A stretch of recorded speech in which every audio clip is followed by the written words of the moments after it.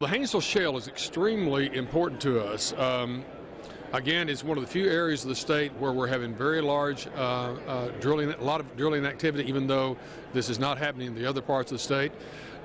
We have just finished an estimate of the economic impact of 2009 of the Haynesville Shale on the state, and we have estimated that about almost 58,000 jobs are in this state in 2009 because of the Haynesville Shale. Now, by way of reference, the state actually, on the net, lost about 2% of its jobs last year.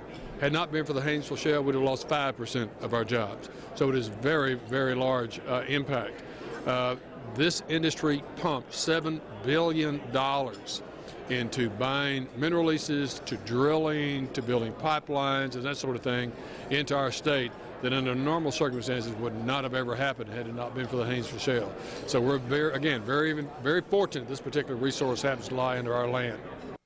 To the coffers of the state and local governments, and there's two ways that state and local governments benefit. Number one is from the direct taxes that these firms are paying in to local governments and into state governments. But in addition to that, because they create that 58,000 jobs and all that income, here's what we know from the Legislative Fiscal Office. For every new dollar created through the multiplier effect in household earnings in our state, the state collects about 7 cents.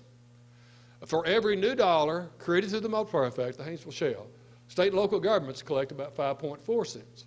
So if you take all the direct taxes and all the indirect taxes that the state collected, look at that number down there. It's almost $1 billion in taxes flowing into state and local governments that would not have been there had it not been for the Haynesville Shale. So this has been, again, coming at exactly the right time. And what is kind of interesting here is if you look at some of the local government examples, and one of the things I want to show you, we had a recession, national recession, a terrible national recession during this time period.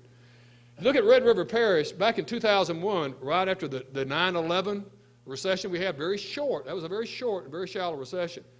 Red River Parish sales tax collection still went down 3.1%. During this recession, look what happened to Red River Parish sales tax collections. I mean, I don't know what they're doing with all this money. I mean, this is kind of amazing. A 205% increase in their sales tax collection in a year in which the national recession was in a great recession. The DeSoto Parish, again, you go back to FY01, their collections were down 0.8% in that last recession. And this much worse recession, look what happened to their sales tax collections, way, way up. If you look at Caddo Parish, where Shreveport is, and I'll talk a little bit more about Shreveport to end up here, but typically Caddo Parish gets nailed anytime we go into a national recession. Again, back in 2002, their sales tax collection dropped almost a percentage point. Look what's happened. Their sales tax collections in their worst year of this recession still were up. And I would suggest to you almost totally because of the Haynesville Shale. And again, Bossier Parish, they didn't have data available to go all the way back to 2002, the last recession. But again, look what has happened to their sales tax collections in a recessionary environment. I mean, their sales tax collections absolutely up. So this has been just happened. The Haynesville Shale happened for them at absolutely the perfect time. Of course, the other kind of obvious spillovers that we see, there's a lot of spillovers that happen to the restaurant industry, the hotel industry, and all these others. But here's just kind of clear ones that are very direct, new activity going on up there because of the Haynesville Shale, the pipelines that are being built up there by Energy Transfer Partners and Regency Energy Partners. You got Schlumberger coming in. You got Northwest Pipe, some of these others. Now, I wanted to show you this for Shreveport. This shows you how the national recession impacted the 8 metropolitan areas in the state, ranked from the one that had the least percentage change down to the worst percentage change. And I'm going to tell you, before the Haynesville Shale activity, we had predicted Shreveport would be down absolutely at the bottom. Historically, Shreveport has always been hit harder by any national recession than any of the 8 metropolitan areas in the state. As it turns out, they are up here in the middle. And to kind of illustrate this a little bit better with this chart, this is a chart that shows you employment in the Shreveport-Bossier metropolitan area going all the way back to 1980.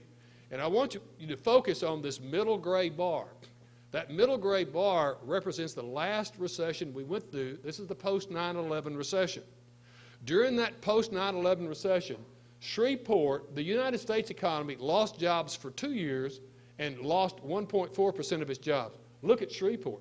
Shreveport lost jobs for 3 years and lost 2.3% of their jobs. Typically, Shreveport gets hit way harder than the national recession. But look what happened in this time period. Number one, the U.S. economy has been losing jobs since January of 2008. The Shreveport area actually grew in 2008. Just unheard of for them to do that.